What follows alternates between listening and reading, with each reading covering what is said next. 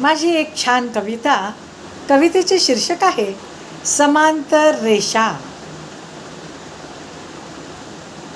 कधी कधी दोन रेषा सरळ जरी जात असतात, कधी कधी दोन रेषा सरळ जरी जात असतात,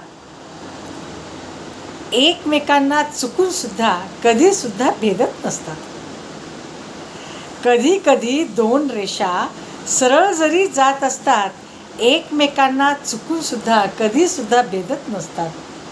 जरी दोन्ही रेषांचा सरळ असतो प्रवास, जरी दोन्ही रेषांचा सरळ असतो प्रवास, मनी तरल कल्पनांचा उगीच असतो हव्यास.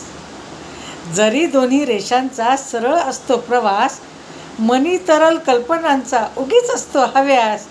एकमेकांच्या जवळ जरी असून सारखी स्वप्ने, एकमेकांच्या जवळ जरी असून सारखी स्वप्ने, आवडत खूप असले जरी सोबत उठणे बसणे, कधीच भेदता येत नाही नैतिक लक्ष्मण रेषा.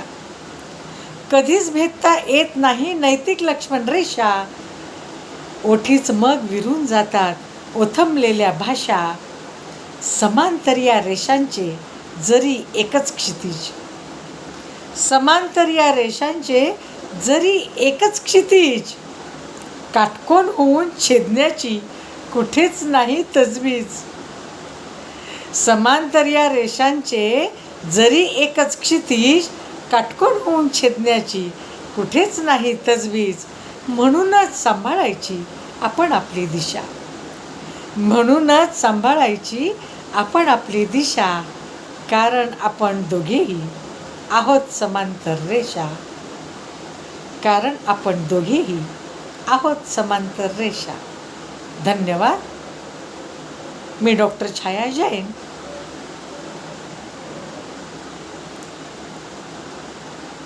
आपणास यापुढील कविता लवकरच सादर करणार आहे. कवितेचे शीर्षक निकाल कोर्टाचा.